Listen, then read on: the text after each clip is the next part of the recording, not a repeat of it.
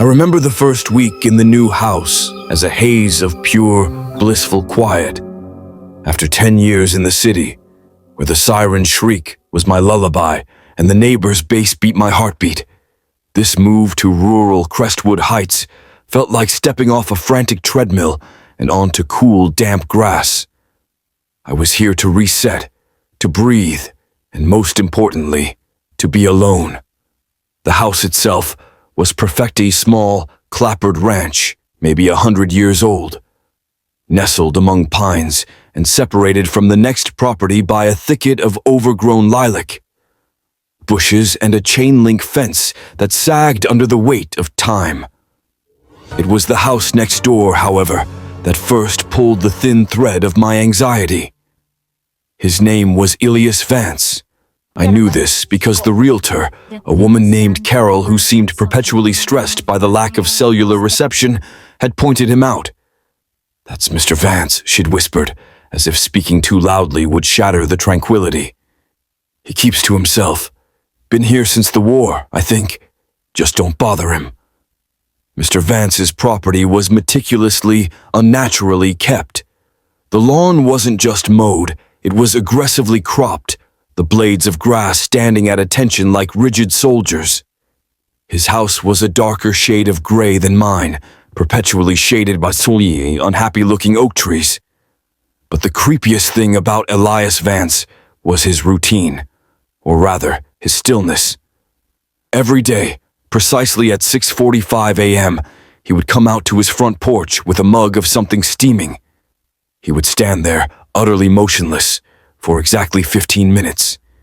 He never sipped the drink, he never checked his watch, and he never looked at the rising sun, the passing deer, or even the birds hopping near his immaculately raked flower beds.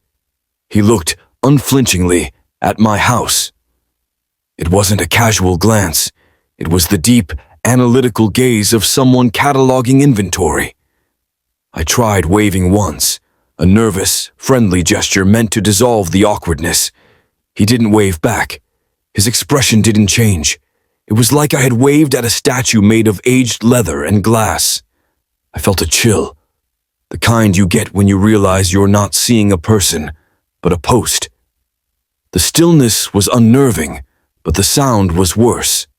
It began on my third night, and it became the clockwork rhythm of my rising dread. At exactly 3:07 a.m., a dull, rhythmic thud-thud-thud would begin. It came from a small, dilapidated tool shed nestled deep in the back corner of his yard, completely hidden from my view by the lilacs. It wasn't the sound of hammering or sawing or typical nocturnal DIY. It was low, dense, and monotonous, like a heavy rubber mallet hitting wet earth, or maybe a massive mortar and pestle. Thud, pause, thud, pause, thud. It lasted precisely 38 minutes, ending without fail at 3:45 a.m. I timed it religiously after the first week because if I didn't, my mind would run wild. What is he building? What is he burying? I tried to rationalize it away. Maybe he had a severe case of insomnia and ground his own flour. Maybe it was an old well pump. Maybe he was just eccentric. But the sound was too consistent, too hidden, and occurred in the deadest part of the night when all life was paused. It felt less like maintenance and more like a ritual.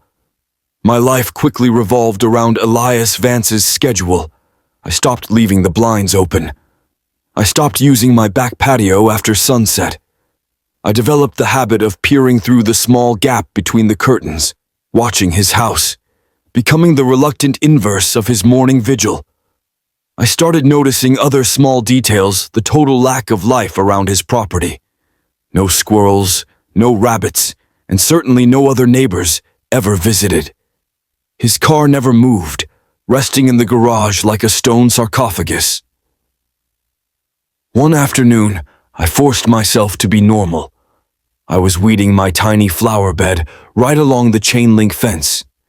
Elias was in his garden, which was more of a sterile patch of dirt than a garden. He was wearing thick canvas gloves and a gray jumpsuit, turning the soil over with a small hand trowel, moving with agonizing slowness. "Hello, Mr. Vance," I said, trying to project a cheerful, normal volume. He stopped, his hand hovering over the dirt. He didn't stand up or turn his head. He looked at me, using only his eyes, swiveling them slowly like an old, dry censer. "It's Alex," I prompted, smiling painfully. "I'm your new neighbor." The silence stretched, filled only by the chirping of cicadas, a sound that suddenly felt dangerously loud. Finally, a voice, raspy and low, like grinding grit. "I know who you are." My smile faltered. "Right. Well, I just wanted to introduce myself properly. I'm thinking of putting in a small herb garden here." I gestured vaguely at the fence line. He didn't acknowledge the garden. His eyes dropped from my face to my hands, and then, unnervingly, focused intensely on the silver ring on my right index finger, a cheap piece of costume jewelry he'd worn since high school. It was tarnished and meaningless, but he looked at it as if it were the most complicated piece of engineering he'd ever encountered. "Some things," he said, his voice barely audible, "are better left inside their walls, friend." Then he went back to turning the dirt. He didn't say goodbye, or welcome, or anything else. The encounter left me cold, vibrating with a nameless fear. He hadn't been hostile, but he had been terrifyingly specific. Inside their walls. Was he warning me about the house, or about myself? 2 weeks after that, I got Buster. Buster was a chunky, lovable beagle mix. I needed the noise and the warmth. For a glorious week, Elias Vance seemed less intimidating. Buster's yips and barks broke the oppressive silence, and I felt the weight of the old man's stare lessen. I started sleeping through the 3 a.m. thudding, comforted by Buster's heavy presence curled up at the foot of my bed. Then Buster disappeared. It was a Monday morning. The back door was shut. The dog bed was empty. There was no sign of a struggle, no scratched paint, no forced entry. Buster wasn't one to run. He hated being alone. His favorite squeaky purple rubber chicken was still on the living room rug. I searched for 3 days, calling his name until my throat was raw, putting up blurry posters. I avoided looking at Elias Vance's house. I didn't want to admit where my suspicion lay. On the 4th day, I found the evidence, not of Buster, but of intrusion. I was on my hands and knees checking the old crawlspace hatch outside.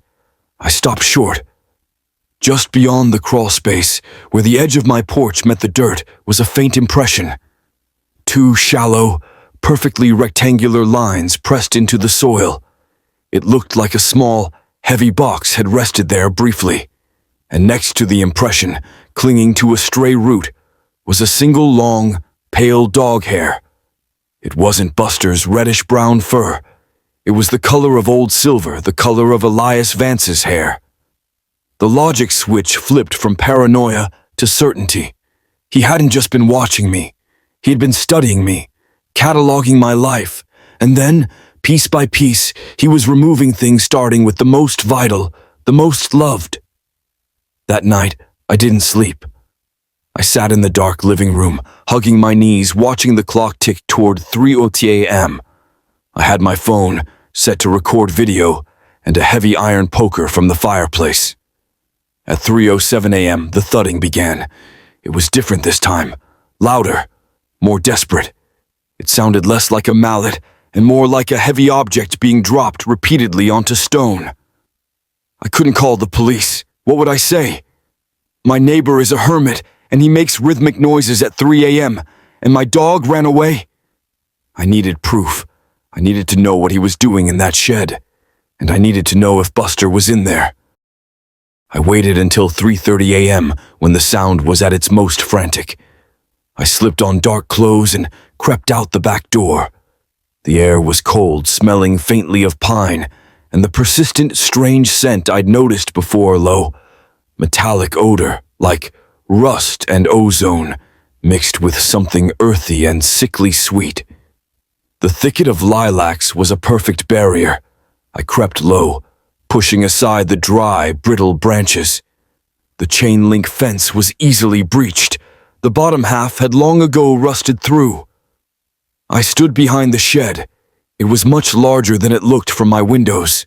No windows at all, just gray, weathered wood, reinforced with metal strapping. The rhythmic sound was deafening here, vibrating up through my worn sneakers. I tried the door, locked, obviously, secured with a massive, old-fashioned padlock. I scanned the perimeter, running my hand along the rough wood. It was freezing, even in the middle of summer. Then I found it. On the backside, near the foundation, there was a gap, not a door, but a panel. The wood was slightly newer here, and the seams were sealed with caulk that was cracking and peeling. Using the point of the iron poker, I managed to pry the old caulk free. The wood resisted, screaming softly, but finally, a small square panel no bigger than a laptop screen popped loose. Inside wasn't the shed. It was a black void, a breath of subterranean cold. The metallic sweet smell hit me in a suffocating wave. And then, the light, a dim, flickering yellow bulb deep below. I realized the shed was just a facade, a weather-beaten sentry over an underground access point. The thudding noise was coming from down there. Driven by Buster's memory and a surge of terrified adrenaline, I squeezed through the opening. It was a tight, painful fit, and I scraped my arms raw. I landed hard on a dirt floor. I was in a narrow, unlit corridor. The thudding was overwhelmingly loud now, echoing off the concrete walls. I pulled out my phone, turning the brightness down to a minimum. The corridor led to a set of steep, wooden stairs descending into the darkness. I crept down, poker in hand. The stairs ended in a subterranean bunker. It was dry, cold, and eerily vast. This was no dusty old basement. The floor was smooth concrete, the walls lined with heavy-duty shelving units, like those you'd find in an industrial archive. The thudding was coming from the center of the room. I crept around the shelving, my heart hammering against my ribs, and finally peered into the main workspace. Elias Vance was there, illuminated by a single bare bulb hanging over a large wooden workbench. He was still wearing the gray jumpsuit, his back to me. The rhythmic sound wasn't him. It was a machine. The mortar and pestle was an antiquated industrial grinder, the size of a small washing machine, running on a slow, powerful rotation. He wasn't grinding flour. He wasn't mixing cement. He was grinding something small and solid. I scanned the room, looking desperately for a cage, a body, a pile of bones. There was nothing that suggested animal or human remains. The room was clean, almost sterile. Then I looked at the shelves. They weren't stocked with tools or preserves. They were filled with hundreds, maybe thousands of glass jars, all uniform in size and shape, meticulously labeled in Elias's neat, spidery script.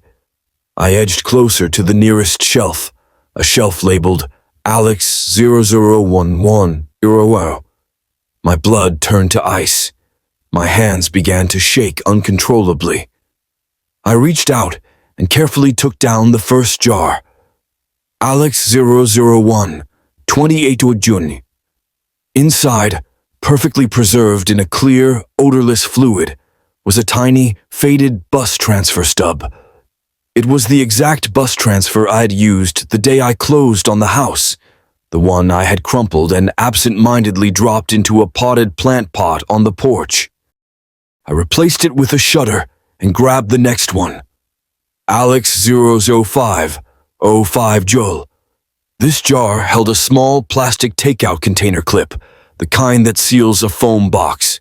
It was the clip from the Chinese takeout I ordered on my first lonely Friday night. I distinctly remembered throwing it directly into the garbage. The next jar made me gag. Alex 008, 12 July. Inside, floating calmly, were the keys to my old city apartment, the ones I'd forgotten to mail back to the landlord and had lost somewhere between the car and the moving van. Elias wasn't a killer. He was a collector of fragments. He was stealing the minutiae of my existence, the physical residue of my daily life, cataloging my presence in the world. He was systematically gathering up the forgotten debris, the moments that defined my transition from one life to the next. And then I saw the shelf next to mine. Buster 001006. I grabbed the jar labeled Buster 001, 15 AIUG. Inside, coiled neatly, was a short length of thin nylon twine. It was the piece of twine I had used to tie his rabies tag onto his collar when I first brought him home. Buster wasn't dead. Elias hadn't killed him in a fit of rage. He had simply removed him, then kept the things that proved he existed. I felt a wave of dizzying horror. This was worse than murder. This was a violation of memory, a theft of reality itself. He wasn't taking lives. He was taking the evidence of lives. The final jar on the Buster shelf was Buster 006, 28 AUG. Inside, small and heartbreakingly familiar, was the purple rubber chicken. Not the whole toy, but just one of its glass, plastic eyes. The eye that had looked up at me the night before he vanished. I stood there, gasping silently, clutching the iron poker, my focus lost in the nightmare jars. Thud, thud, thud, and then, abruptly, the grinding machine clicked off. The sudden silence was so absolute that the rushing of the blood in my ears sounded like a jet engine. Elias Vance hadn't moved. He stood at the workbench, absolutely still, the same way he stood on his porch every morning. But his hand was no longer near the grinder. It was resting on the workbench next to a small, worn wooden box. And in the center of the box was Buster's leather collar, neatly folded. He straightened up, slowly, deliberately, like an old machine powering up. "You shouldn't have come down here, Alex," he said, the rasping voice chillingly calm. He didn't turn around. Some walls are better left standing. My feet finally remembered what they were for. I dropped the poker, spun around, and ran. I scrambled back through the shelving units, the labels flashing past my peripheral vision. Hayes 999 2005, Clark 2011 2012, uncatalogued, JD, Ring. He had been doing this for decades. I was not the first. I hit the stairs, taking them two at a time, stumbling and scraping my shins. I launched myself into the narrow opening behind the shed, tearing the skin on my back and shoulder as I forced my body through the tight gap. I landed heavily on the damp grass outside, gasping for air that tasted like freedom and lilac. I didn't look back. I just ran, low and fast, across the chain-link fence, through the lilacs and onto my own property. I didn't stop until I was inside my house. I slammed the back door, locked the deadbolt, threw the chain, and jammed a chair under the handle. I repeated the process for the front door, the windows, everything. I collapsed against the kitchen counter, sweat pouring into my eyes, my heart trying to beat its way out of my chest. Through the adrenaline, a chilling thought surfaced. He hadn't chased me. He hadn't even moved quickly. He had simply allowed me to flee. It was as if he knew that the knowledge was the true prison. I spent the rest of the dark hours huddled in the middle of my living room, the iron poker back in my grip, staring at the front door. At sunrise, I looked out the window. Elias Vance was on his porch, holding his mug. He was looking at my house. I knew I couldn't stay. I knew I couldn't report this. I knew he was waiting for the next piece of evidence, the next forgotten fragment of my terror.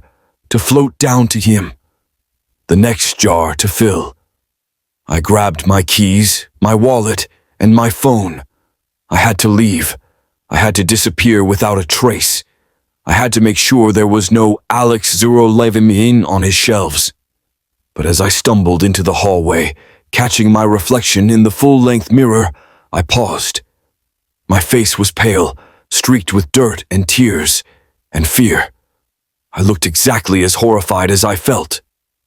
Except for one detail, just below the hairline, on the smooth skin of my neck, where the collar of my shirt usually rested, was a tiny, almost invisible mark, a perfectly circular, minuscule reddish pinprick. It looked like a mosquito bite, but it didn't itch. It looked like an injection site. I raised my trembling fingers to touch it. It was too small, too perfect. Then, terror seizing me, I turned slowly and looked at the mirror. I didn't see my reflection. I saw the wall behind my reflection. My house was old.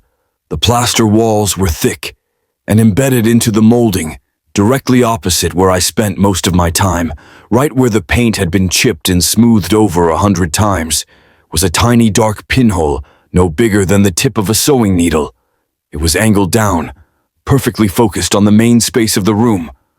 I squinted, holding my phone up, and the flickering light caught something within the hole, the almost invisible, faint gleam of a fiber optic lens. He wasn't collecting the forgotten debris that fell outside my walls. He was collecting the experience from inside them. He hadn't been watching the house from his porch. He had been watching through the house. He had never stopped watching. And the pinprick on my neck, that's how he knew what I was seeing, what I was feeling, what I was doing. That's how he had cataloged my life. I don't know what was worse, the silence, the thudding, or the jars. But what I want to know is this. Did you catch the moment I realized the dog wasn't missing, but removed? The true horror wasn't the jars full of trash, or even the loss of Buster. The horror was the realization of what he had taken from me.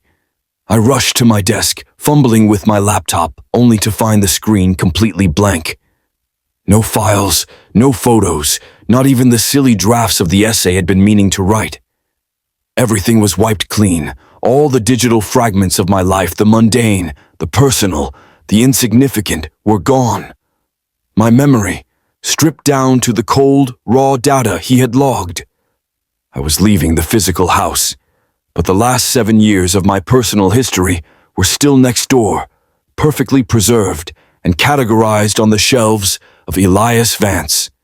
I didn't just lose Buster. I lost the memory of the life I moved here to forget. I was finally, truly empty.